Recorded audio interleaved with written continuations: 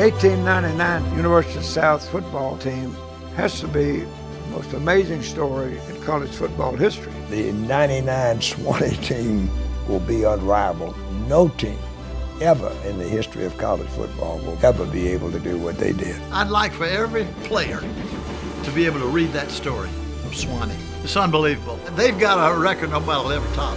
It had to be one of the greatest adventures as they went from school to school to school and came back to Sewanee bearing the laurels of victory. The Sewanee team won 5 games in 6 days, and on the 7th they rested. Actually, they didn't, because they had to go win 3 more games. It's unthinkable to imagine what they went through, what their bodies went through, and how they managed to survive it and to be as good as they were. These guys never came out of the game. You had to play both ways.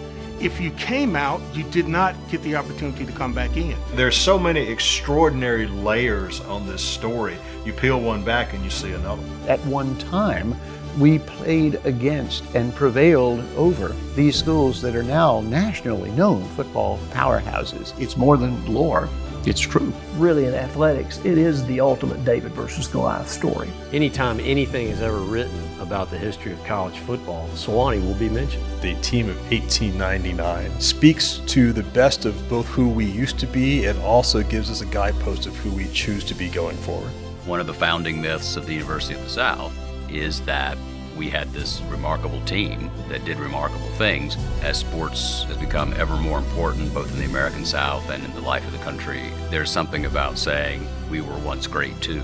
They are probably one of the most remarkable teams in the history of college football. They hope to win a championship.